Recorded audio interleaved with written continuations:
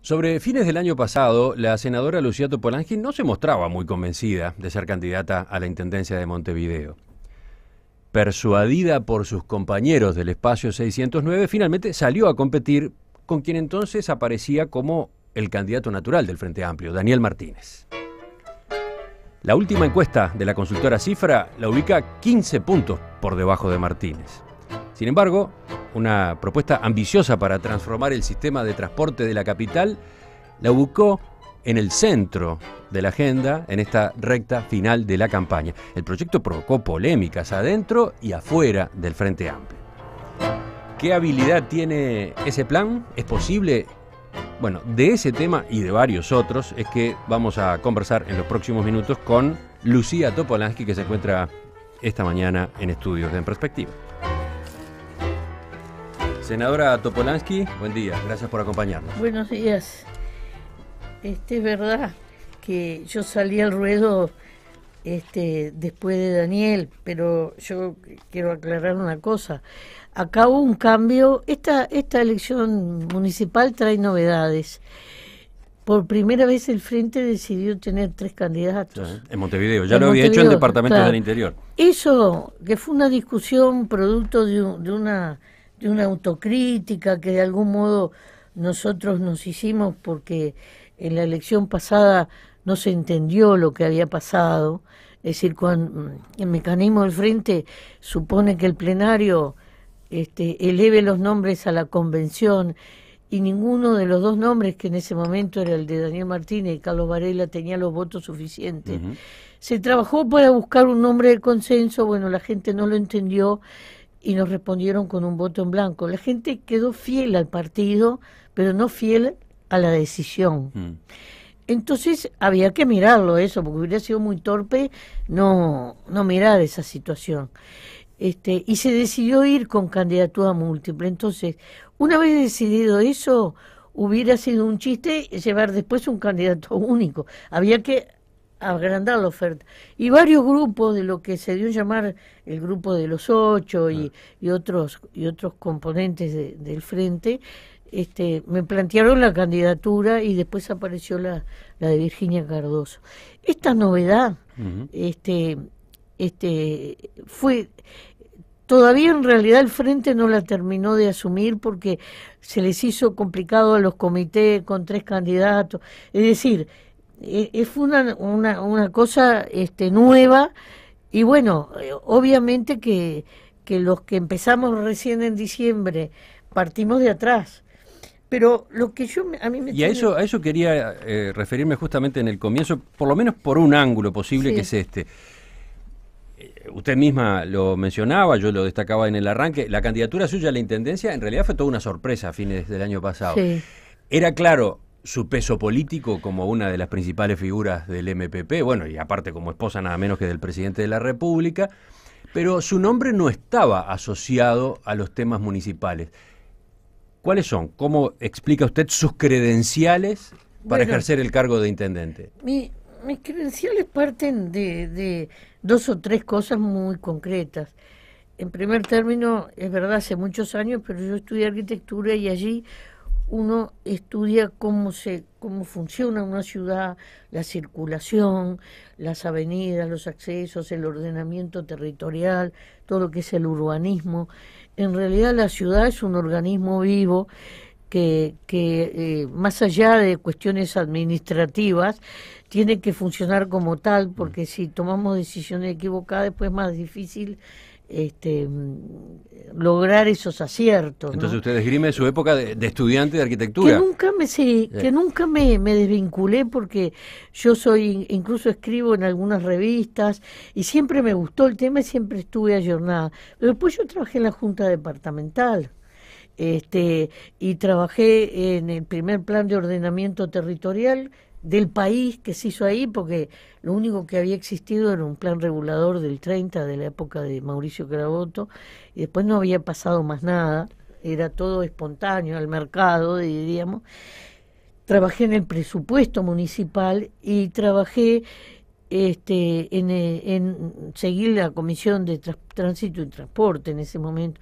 Entonces yo tuve una visión desde el legislativo comunal Y después cuando ingreso al Parlamento, siempre estuve en las comisiones de vivienda, de ordenamiento territorial y de presupuesto, adquiriendo un conocimiento que a esta altura, por ejemplo, en presupuesto, yo ya sé los conflictos que va a haber este año, porque más o menos uno se va interiorizando. Entonces, ¿pero usted había pensado alguna vez ser candidata a la intendencia? No lo había pensado porque en realidad en la forma en que nosotros vemos los cargos no es una ambición personal llegar aquí, llegar allá, es decir, vemos lo que le puede convenir al Frente Amplio y al sector. Entonces, ahora, cuando los compañeros me plantean la responsabilidad, yo lo pensé unos días, porque uno también tiene que tener su reflexión personal, y bueno, y acepté, y el 3 de enero yo me puse, me zambullí dentro de la cuestión municipal, y no paré hasta el día de hoy, y me puse al día, porque obviamente que un organismo complejo, como es una institución compleja como es la Intendencia, yo me reuní con todos los jefes de departamento, con algunos jefes de división, me puse al día de las obras, de una cantidad de problemas, eso es la mitad del asunto, y después me reuní con todos los que convenian con la Intendencia, que van desde Cambadu a la Cámara de la Construcción, a UCRUS, es un mundo interesante, pero muy variado. Y entonces, bueno, de esa para forma... armar la cabeza junto con de un esa forma equipo se que armó un formó. programa que en definitiva entonces se estructuró durante el verano. Claro, en enero fue el momento que nosotros trabajamos más en programa, a partir del programa del Frente, ¿no? En los énfasis. Entonces, Porque lo que usted hace con su candidatura y con el equipo que la acompaña es concentrarse en algunos temas en particular del programa del Frente y darle un perfil propio. Exactamente, es lo mismo que ha hecho Virginia y Daniel. Y antes nosotros nos reunimos los tres, sí. Nos reunimos y acordamos, bueno, primero que no era una guerra entre nosotros, porque el objetivo principal, y en eso los tres estuvimos de acuerdo, era que el Frente ganara. Ese era el objetivo principal. Y después, bueno, los que estábamos en carrera, obviamente que queremos ganar cada uno, pero sabemos que el que llegue, porque da la impresión de que el Frente va a llegar, que eso ya no queda mucha duda al tiempo que estamos, y va a tener también el aporte de los otros dos. Así que en eso nosotros partimos de una relación muy fraterna. ¿Y cómo ve ese efecto que se ha producido? Me quedé con esas palabras que recién pronunció. El que quede va a tener el aporte de los otros dos. Sí. Resulta que su candidatura, el hecho de que usted terminara siendo candidata dentro del Frente Amplio, ha llevado a que el Frente Amplio, el partido, reciba una intención de voto que quizás no esperaba, de blancos y colorados que se inclinan por Daniel Martínez para evitar que usted sea intendenta. ¿Qué razonamiento, qué examen hace de esa pirueta? ¿Estaba en los cálculos? No, lo de la concertación, que es la otra novedad que tiene esta elección, porque es la primera vez que va este partido, la verdad que es muy difícil fue muy difícil de prever y es muy difícil de analizar todavía, porque estamos en el baile.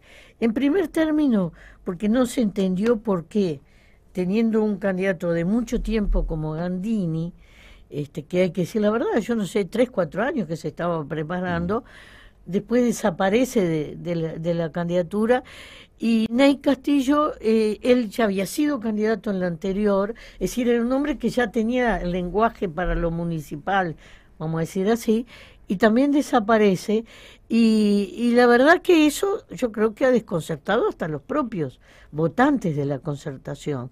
Entonces, mirando el panorama, bueno, pueden elegir, si en el Frente hay 3 opciones, si les parece a esos votantes que estar más próximos de Daniel, y el Frente puede llegar con un margen abundante por esa razón, yo no me voy a enojar con la vida por eso. Pero es curioso, ¿no? Porque usted termina siendo para una parte de la ciudadanía de los partidos tradicionales la mala de la película a la que hay que frenar. Y yo yo no soy politóloga, no sé cómo juega esto con el hecho de que Pepe haya sido presidente, o de que por tercera vez consecutiva la lista a la que pertenecemos es la más votada del país. esas cosas todos juegan, ¿no? En estos análisis. Y es verdad, a mí en realidad se han dedicado a pegarme, bueno, pero yo tengo muchas campañas al hombro y bueno, me lo he bancado. Y entonces yo veo, pero sin embargo yo tengo adhesiones de Blanco y Colorado. Hay agrupaciones de barrio que se han sumado, esos caudillos de barrio que los partidos tradicionales tienen, y que es verdad que existen, se han sumado a mi candidatura. Bueno, ¿qué tanto inciden unos, qué tanto inciden otros? Hay gente que tiene pero usted exposiciones. dice que caudillos de barrio se han sumado a su candidatura. Sí, nosotros hicimos... Clubes colorados o blancos de determinados nosotros barrios están apoyándole a usted. Una actividad en el Club Arbolito, que fue pública y había medios de prensa, donde se sumaron 2 agrupaciones blancas y una colorada. Ahora tenemos una actividad en el Cerrito, donde se está sumando otra agrupación colorada, y después tenemos figuras sueltas, por ejemplo, convencionales del Partido Colorado que se han sumado. Vamos a tener el sábado una paella donde se junta gente que viene del Partido Colorado, que se suma. No tuvimos una figura como puede ser Glodowski, que fue... Glodowski apoya a Daniel Martínez. Claro, que fue diputado y si se quiere es una cara más visible.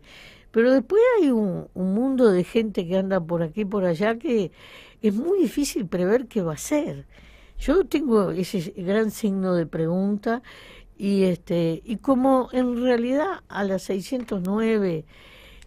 un poco, si fuera por los encuestólogos a las 609, Pepe nunca había sido presidente porque nunca le dieron las encuestas.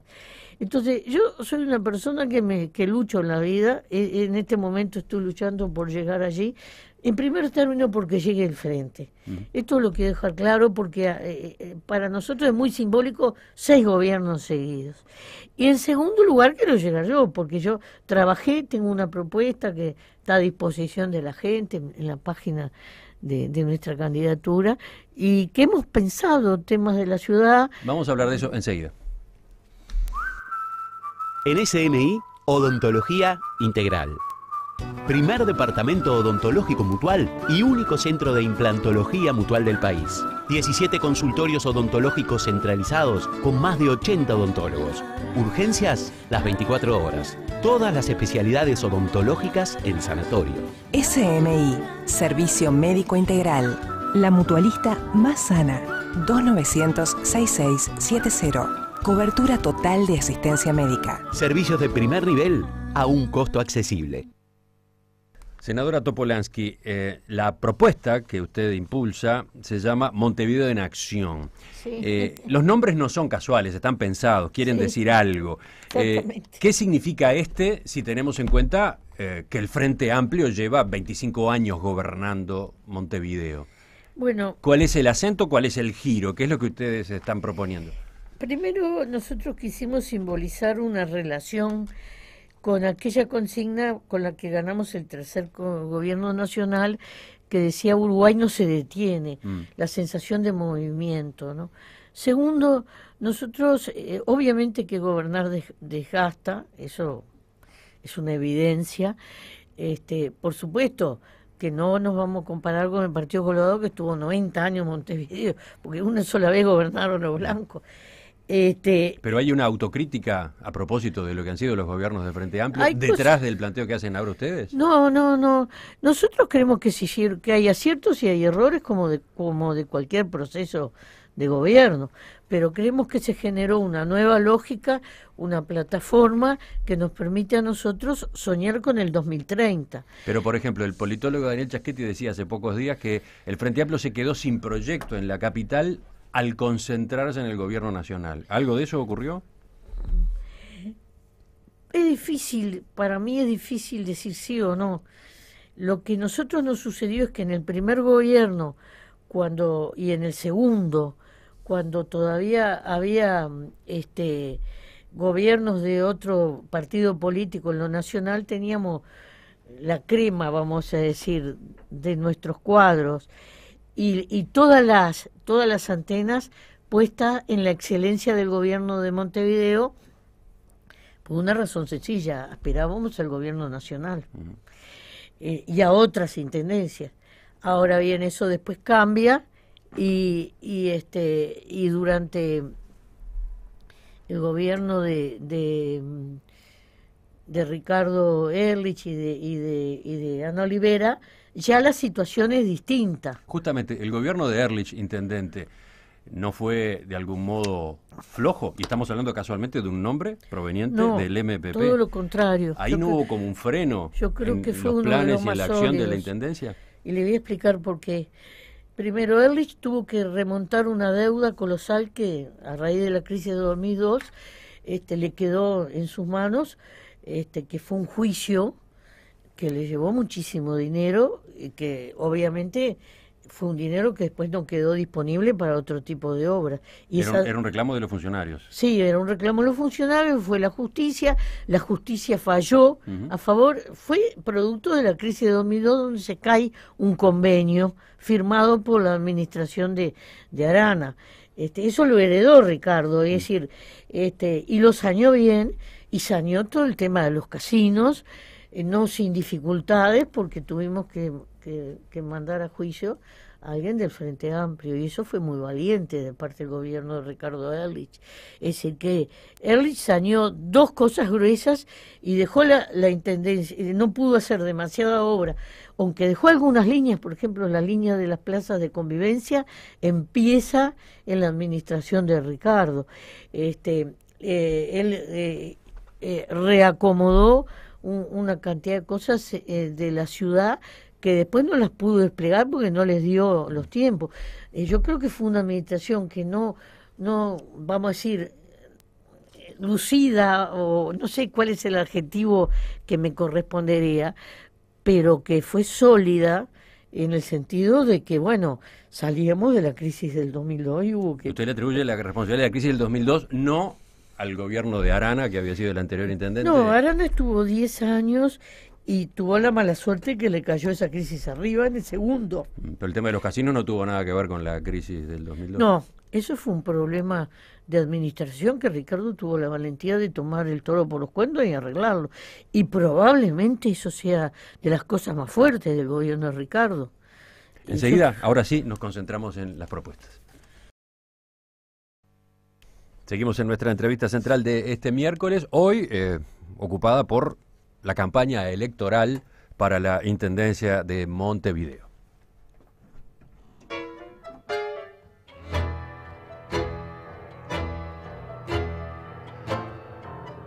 Nuestra invitada, Lucía Topolansky, candidata apoyada por el Espacio 609, Compromiso Frente Amplista, el Partido Comunista Fidel y la CAP-L. Por otro lado, senadora electa por el Espacio 609. Es que también me apoyan, como el MAS, Me faltaron la listas. 764. Ustedes acaban de escuchar un celular. Eso que es un gallo, en realidad es el celular de la senadora Topolansky. Que le puse el gallo por una razón muy concreta. Cuando... Le confieso que me sorprendió, no entendía qué era. Bueno. Así que el ringtone es un gallo. Es un gallo porque los celulares vienen con unas musiquitas que son todas iguales. Cuando suena alguno, uno está en una reunión, todo el mundo empieza a buscarse si es el de él. Y yo dije, le voy a poner algo distinto y grabé el gallo en mi casa. Ah, es el gallo de verdad. Sí, es un gallo real. Vayamos al programa, a los énfasis programáticos que Lucía Topolansky, candidata a intendente, le ofrece a la población. Globalmente, Sí. ¿cómo los define?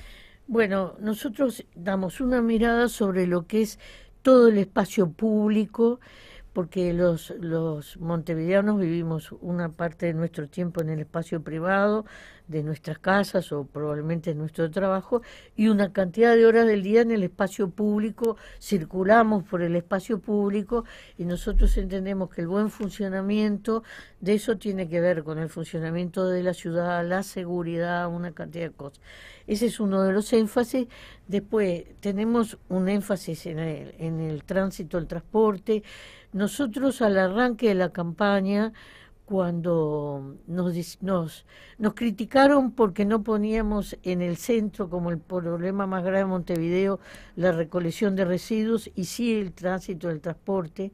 Y nosotros argumentamos en ese momento que lo poníamos porque estábamos perdiendo muchas vidas en esa situación y la ciudad se estaba volviendo insalubre. Enseguida vamos a hablar de ese capítulo. Después en especial. También tenemos un encargo sobre residuos sólidos y alumbrado, que es el último foro que vamos a hacer.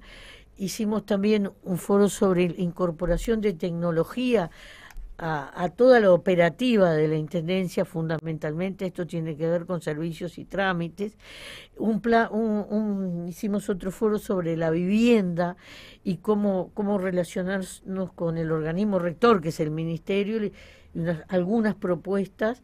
Y después hicimos uno sobre la cultura, que nos parece que es una parte diferente, porque en la Intendencia hay que preguntarse qué no hace. Si nos preguntamos eso, nos vamos a dar cuenta que hace muchísimas cosas.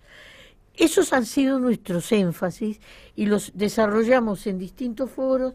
Nos pareció que era una forma sólida de presentárselos a la población, donde por suerte nos colaboró mucha gente que no necesariamente nos vota, pero sí que es gente de alta calidad.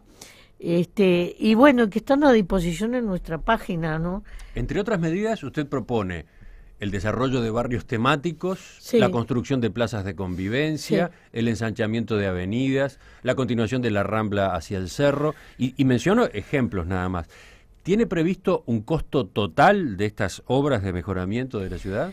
Algunas son convenios que ya están, lo que hay que hacer es ejecutarlos, como lo de Peñarol, Villa Española y La Unión. Es decir, nosotros tomamos, porque estudiando lo que ya uno toma una institución en marcha, entonces uno tiene que saber lo que viene marchando. Por eso a mí se me hace incomprensible la consigna de Garcés de cambiemos todo, porque yo no puedo parar una institución y borrón y cuenta nueva, es muy difícil eso. Entonces, estudiando esos proyectos, nosotros les adicionamos cosas, pero allí está la financiación. Después, por ejemplo, ¿qué porcentaje del presupuesto va a estar destinado a inversión? Yo no le puedo contestar eso. Lo que le puedo decir que en el esquema actual, que son 600 millones de dólares, el presupuesto municipal coincide más o menos con lo que se recauda. Entre un 48 y un 49% se va en salario y carga social, alrededor de un 19% se va en gastos de funcionamiento y un 15, un 16%, a veces un poco más en obras, pero hay que saber que hay obras que vienen financiadas por el BID, por la CAF, por otros organismos, o son obras a medias con el gobierno nacional. Esto le pasa a todas las intendencias, ¿no? Ahora, en el esquema nuestro, ¿cuál es el monto de la inversión prevista? Bueno, nosotros vamos a salir vamos a tomar el monto actual y vamos a tratar de optimizar la estructura de la intendencia para recaudar algunos fondos que puedan ir hacia allí. ¿Eso qué quiere decir? Esto por quiere ejemplo, decir Novik insiste siguiente. mucho en que no va a proveer las vacantes que se vayan generando por jubilaciones y retiros. Él entiende que una intendencia como la de Montevideo puede funcionar con muchos menos funcionarios de los que tiene, y menciona la comparación con Barcelona. Y los números son interesantes en ese sentido. Solo el presupuesto de Barcelona, solo de la recolección de residuos, es una cifra que es el doble de todo el presupuesto de la Intendencia de Montevideo. Solo para la recolección de residuos. Así que las comparaciones hay que hacerlas sobre realidad. Si nosotros vemos la población de Montevideo y dividimos por la cantidad de funcionarios, y miramos las otras 18 intendencias, Montevideo está en los mejores lugares. Por ejemplo, la intendencia de Paysandú se lleva el 64% del presupuesto, se lo lleva salario y carga social, porque son las dos cosas, salario y carga social. Pero hay otras que están llegando al 80% y viven por las transferencias desde el 214 de la Constitución, que Montevideo es el que tiene la transferencia menor, mucho menor, un 10% nada más, y además Montevideo se tiene que hacer cargo del saneamiento. El saneamiento viene financiado por el BID, es verdad, pero siempre tiene contrapartidas. Entonces yo creo que no se trata de más o menos funcionarios, sino de que los funcionarios rindan lo que tienen que rendir. En ese sentido nosotros proponemos lo siguiente. Nosotros en esa plantilla que la hemos estado estudiando tenemos muchos profesionales, ingenieros, arquitectos, geólogos, técnicos informáticos, es decir, una cantidad de ramas. Algunos que ingresaron ya con su título universitario o su tecnicatura, y otros que se recibieron estando en la Intendencia. Bueno, nosotros pensamos que están subutilizados. Son gente a las que yo le estoy pagando un salario, pero le tengo que dar más responsabilidad.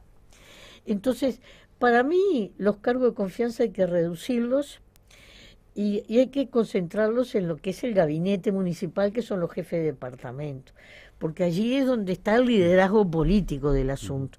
Después, si yo tengo esto ya se probó en la administración de Ana Olivera por determinadas vacancias que hubo. Si yo tengo una arquitecta, por ejemplo, hay 2 o 3 que son maravillosas en la Intendencia, bueno, ¿por qué no le doy la responsabilidad? Lo que le pido es la lealtad con la administración, ni siquiera conmigo, con la administración, que es lo que vale para la ciudadanía, porque yo ahí ya estoy pagando un sueldo, pero no estoy utilizando en el buen sentido de la palabra las capacidades que tengo a disposición. Entonces, eso que es a lo que yo le llamo buena gestión, es también tengo que rearmar el organigrama. El organigrama, si uno se detiene a mirarlo, tiene algunas incoherencias el organigrama que se dieron por distintas razones. Bueno, yo no quiero mirar para atrás, quiero mirar para adelante. ¿Cuál destacaría, por ejemplo? Por ejemplo, yo tengo, por un lado, espacios verdes.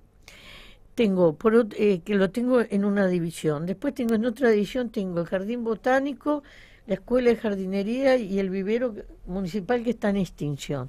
Yo con esas 4 cosas quiero hacer una unidad que sea la que provee el pulmón verde a la ciudad y que además esa escuela de jardinería tenga una conexión con la UTU para formar jóvenes que sean los verdaderos gestores del ornato público, que no es simplemente una cosa de adorno, sino tiene que ver con el aire, con la calidad de vida de los montevideanos. No puede estar separado porque son cosas que tienen conexión entre sí.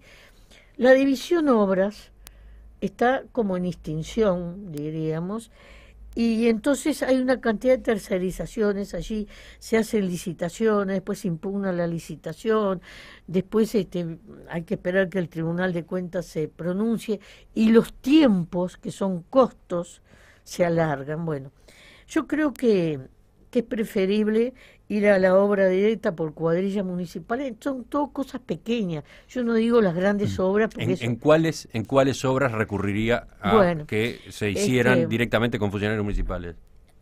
Tengo todo el tema de las paradas, que además tienen un problema porque no les pusieron asientos y la gente se queja por eso, y yo que estoy veterana también me quejo por lo mismo, así que completamente consustanciada. Después hay un mantenimiento, la Intendencia, que es una gran casa, la municipalidad tiene que tener un mantenimiento de algunas obras pequeñas, que después me sale más barato si hago el mantenimiento que si dejo deteriorar y tengo que hacer la gran obra. Nosotros tenemos un plan Veredas, que es un plan ambicioso, pero ese plan capaz que tiene que ser licitado, pero después va a haber un mantenimiento, porque si yo hago una obra, una plaza de convivencia, y no le hago un mantenimiento, se me deterioró una señalización, se me deterioraron unos bancos, y va una cuadrilla y arregla, es mucho más barato y me evito todo el trámite. Enseguida hablamos específicamente de tránsito y transporte, este asunto que en estos días se ha convertido en polémica. Seguimos observando el Uruguay y el mundo en perspectiva. Por Radio Oriental 770 AM y en Montevideo por Del Sol FM 99.5. A 9 minutos de las 9 de la mañana, ingresamos en la tercera y última parte de esta entrevista con Lucía Topolansky, candidata a la Intendencia de Montevideo.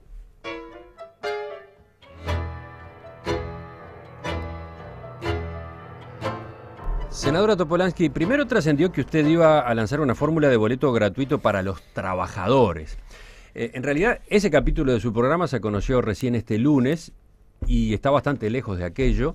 Es una batería de medidas que abarcan todo el transporte urbano de pasajeros y que, en cuanto al boleto en sí, solo menciona la posibilidad de que haya, a partir del tercer año y progresivamente, rebajas del precio del boleto para distintos sectores de la sociedad, que además se lograrían a través de un pacto social. ¿Puede explicar entonces qué es lo que buscan con este documento? Mire, primero le quiero aclarar que esa propuesta que nos adjudicaron a nosotros en un artículo de un medio de prensa es falsa. Nosotros nunca hicimos esa propuesta. Y creemos que el periodista, no sé de dónde sacó la información, no tengo nada ni contra el medio ni contra el periodista, pero nos adjudicaron algo en forma, no sé con qué intenciones. Entonces, porque hay una simple cuenta. Primero, todos los que viajan en los ómnibus son asalariados. Yo no he visto rentistas que viajen en ómnibus. Se venden 299 millones de boletos año. Y si nosotros tomáramos el dólar a 24, como cuando empezamos a hacer la cuenta, ahora está más el dólar, son 300 millones de dólares que yo tendría que poner de subsidio, la mitad del presupuesto. Es imposible. Esa fue la cuenta que hicieron candidatos de la oposición, bueno, y adentro del propio Frente Amplio, sobre la especulación del periodista, para sostener que lo que venía era inviable. Ninguno levantó el teléfono y me llamó y me dijo, ¿es verdad o eso es de las 1000 cosas que circulan en realidad? Y nosotros ya veníamos anunciando que íbamos a hacer una propuesta. Entonces, lo único que hay real de nuestra parte es esta propuesta. Se llama Propuesta de Reforma del Sistema de Transporte Urbano de Pasajeros hacia un sistema integrado y solidario a través de un pacto social por el transporte público de calidad. Exactamente. ¿Qué pasa? Nosotros, cuando al inicio de la campaña pusimos sobre la mesa este tema, es porque sabemos que en Montevideo y en muchas ciudades del mundo, podría decir en este momento en casi todas, el transporte que está vinculado al tránsito, no se pueden ver las cosas separadas, es el peor problema que tienen las ciudades. Ha crecido el parque automotor de forma desmedida, tenemos una accidentalidad altísima y el transporte no satisface al usuario. Entonces, para poder hacer un cambio en ese sistema, nosotros no podemos desestabilizarlo, porque eso sería peor, iríamos a un caos. Tampoco podemos decir alegremente rebajo el boleto a 18 pesos porque tengo que decir como subsidio. Hoy el boleto, si no tuviera los 3 subsidios que tiene, estaría en 33 pesos y los estudiantes, los jubilados pagarían. Entonces, nosotros tenemos que ir en una gradualidad. Esto es como hicimos con la reforma de la salud, una gradualidad. Entonces, la primera fase es consolidar algunas cosas. Hay que rever los recorridos, datan de los años 60 y algunos de más atrás, y la ciudad cambió. Hay que mirar las frecuencias, hay que mirar las paradas, hay que mirar los turnos, los horarios pico, y entonces allí en los horarios pico nosotros ponemos un cierto incentivo. Algunos hemos recibido alguna crítica por esta, que si se viaja fuera del horario pico ya va a empezar a haber una rebaja en ese boleto. Esto es lo mismo que hizo la UTE con las llamadas internacionales. Antel, sí. Que si llama a otro horario y puede decir, bueno, pero el horario más cómodo es ahí, bueno, pero son esos incentivos. O lo que hace UTE con la electricidad en los horarios de mayor consumo, etcétera. Bueno, después nosotros tenemos que atar la transferencia de esos subsidios que ya existen hoy a metas de calidad. Esto es lo mismo que el compromiso que yo firmo con cualquier funcionario público en las metas que firmo, porque no es reparto el subsidio y no tengo y cuál es el compromiso del concesionario. metas de calidad que van en la limpieza de las unidades, el cumplimiento de los horarios y demás. Son medidas elementales que da la impresión debieron haberse tomado ya, ¿no? Y bueno, por ejemplo, usted dice, los recorridos, las frecuencias son de los años 60. Mire, ¿pudieron haberse corregido en este periodo de gobierno o en el anterior? Yo estudié en la facultad en el año 64. El Instituto de Teoría y Urbanismo que comentaba el arquitecto Gómez Gavazo, en ese año hizo un estudio de los recorridos de los ómnibus de Montevideo. Estaba Andet y CUSA nada más, ¿no? Eran dos empresas, y ya en ese momento determinó que había que estudiar eso y cambiarlo. Si será viejo. No, pero lo pregunto a propósito de por qué estas cosas no se han hecho en estos años, ¿no? Y bueno, ahora mismo usted habla de implementación del sistema de metas de calidad. Sí. Desde la oposición, pienso, por ejemplo, en el candidato Rachetti, se cuestiona la forma como la Intendencia se relaciona con las empresas de transporte colectivo, como que tiene una actitud muy condescendiente, no las controla, no les exige lo que debería exigir. Cuando nosotros tenemos esa transferencia de recursos, que son los subsidios, y cuando tenemos una paramétrica, esto se da en todos los lugares donde hay paramétrica, y esto lo dicen economistas, gente que conoce bien del tema, uno tiene que estar arriba respirándole en la nuca esos elementos. Porque puede pasar que uno acuerde una cosa que está bien, pero después es tan variable, porque los precios mercados son tan variables, que si no estoy atento se me distorsiona. Y no se está en la nuca. Y no se está como se debería estar, con todo lo que el peso que nosotros pensamos que debe tener. ¿Otras medidas que ustedes propongan? Después, los inspectores de tránsito. Nosotros queremos desagregar, no le vamos a bajar el salario a los inspectores de tránsito, pero eso que percibían por multas van a ser compromisos de gestión, como los otros funcionarios municipales. Y eso no quiere decir que no se vayan a poner multas, pero tenemos elementos mecánicos, otros elementos, y que sean verdaderos previsores del tránsito, que es lo que tienen que ser los inspectores. Pues si no, la gente, y tiene razón, dice, ya salieron a cobrar multa. Eso es lo que dice la gente, Juan Pueblo, es lo que dice. Bueno, hay que mirar eso. Después, Garcés dice, desde el Partido de la Concertación, que usted está plagiando una propuesta que él formuló hace ya varias semanas. Sí, pero yo formulé que el tránsito del transporte, fui la primera, cuando me pegaban y me decían, no, los residuos, hasta me dijeron que yo era una persona desaseada por esa razón que puse. Entonces, en realidad estamos hablando todos de los mismos temas. Y algunos temas, si coincidimos, aplaudo. Bienvenida a la coincidencia. Después, nosotros tenemos la senda Solobús, esto es cultural, hay que venirse a usarlas. Tenemos una serie queremos que el prepago, porque nosotros en la segunda fase del sistema vamos al prepago, tenga mucho más bocas para decir las redes que existen de cobranza, el correo, para poder acceder con toda facilidad, porque el prepago nos agilita también la subida al ómnibus, diríamos, ¿no?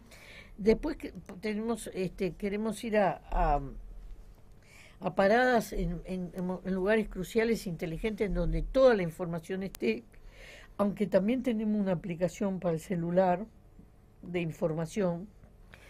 Ustedes están hablando de que en las paradas esté la información real, claro, no la información teórica de los horarios, sino la información real. Real, en tiempo, porque va. Ese es un sistema que en el mundo existe en cantidad de ciudades hace años, ¿no? Ya se licitó en este periodo el centro de GPS que va a controlar eso y va a permitir dar la información. Y tenemos que pensar en la cuestión metropolitana, porque uno de los errores que tiene, por ejemplo, el corredor Garzón, es que los ómnibus interdepartamentales no ingresan por el corredor. Entonces, si nosotros no pensamos en términos de metropolitano, no va a funcionar. Y entonces, una vez ordenado eso, nosotros iríamos a lo siguiente. Esa es la segunda parte, la segunda fase que se desarrolla a partir del tercer año de gobierno, según lo que ustedes están previendo. Sí, no lo podemos hacer antes porque sería irresponsable. Formamos un fondo donde la Intendencia va a poner algunos rubros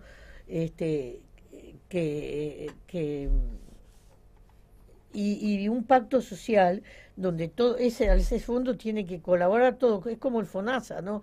A las mutualistas le pedimos metas, le pedimos esto, se formó el fondo que financia, bueno, y entonces nosotros vamos a ir gradualmente por franjas, habilitando la compra de prepago. Esto es lo mismo que la ley de inclusión financiera, tómalo o déjalo. Si querés 4% de rebaja del IVA, bueno, cada vez hay más gente que se suma, ¿no? Entonces, uno puede comprar desde un boleto prepago hasta 75, más o menos esa cifra hay que ajustarla, y eso va a ser en el pacto social. Las 5 empresas, más los trabajadores, más la sociedad y la intendencia tienen que estar ahí. O sea, por eso nosotros las ventajas, los descuentos que vayan instrumentándose dependerán de que se utilice el sistema de prepago. Sí, si no se utiliza el tema de prepago, será el boleto común. Pero entonces no me queda claro cómo se va a financiar ese fondo proceso de rebaja. Usted dice un fondo, ¿quiénes contribuirían? ¿Cómo a ese fondo? El fondo todavía tendría algún dinero que proviene de la optimización del sistema y algún dinero que va a venir de las empresas. Por eso nosotros nos tomamos un tiempo para la generación de eso. Entonces, con ese subsidio al que yo gradualmente voy incorporando, esto va en la línea del boleto 2 horas, que la gente lo ama, al boleto 2 horas, y además simplifica todo lo de las terminales de transporte, de los intercambiadores, porque en realidad el boleto es el intercambiador, va a ser móvil. Yo puedo subir de una unidad a otra en el punto de la ciudad que me convenga. Pero ¿cómo se nutriría ese fondo? Esa es la parte que todavía, a partir de la explicación que usted da, yo no termino de entender. Mire, por ejemplo, yo que sé, ¿habría nuevos impuestos? No, para nada. La optimización de todo lo que ya hay. Por ejemplo, yo recibo una partida por multas todos los meses, y yo tengo 60 autos nuevos que ingresan al día, y hace 1000 años que esa partida siempre es la misma. Entonces, por eso yo desligo los inspectores de ahí, porque se trabaja hasta lo que se cobra, y después de lo que no se cobra, no se trabaja. Entonces, yo voy a tener un control mayor del cumplimiento de las normas. Allí voy a tener una partida que voy a poder disponer para el fondo, porque es para el buen funcionamiento del sistema. Pero después de la optimización de otros gastos puedo poner, pero no solo va a poner la Intendencia. Esto se tiene que discutir en el pacto social, porque todos tenemos que poner algo para eso. Y por eso yo le agradecí a las 5 empresas que estaban representadas el día que hicimos la propuesta, y a la UNOT, que es el que representa a todos los trabajadores, que vieron con buenos ojos estudiar el camino, porque es una cosa muy concreta. En realidad fue la única cosa concreta que se puso en esta campaña, blanco sobre negro. Criticable, por supuesto, pero blanco sobre negro. En perspectiva, da que hablar. Senadora Lucía Topolansky, le agradezco que nos haya acompañado esta mañana con sus respuestas a estas preguntas, y volvemos a conversar. Obviamente quedaron cantidad de temas afuera. Quizás acá estaba lo más interesante de estos últimos días, pero la propuesta es más amplia, así que habrá tiempo ahora mismo, supongo, antes mismo de las elecciones, habrá tiempo para algún intercambio al respecto. Bueno, yo le agradezco y le quiero decir solo una palabrita más. Este sistema va también a favor de la seguridad, porque quita plata de los ómnibus. Como todo cambio tiene riesgos, pero si en la vida no arriesgamos, no cambiamos, vamos fritos. Ya seguimos observando el Uruguay y el mundo en perspectiva hasta las 11 de la mañana.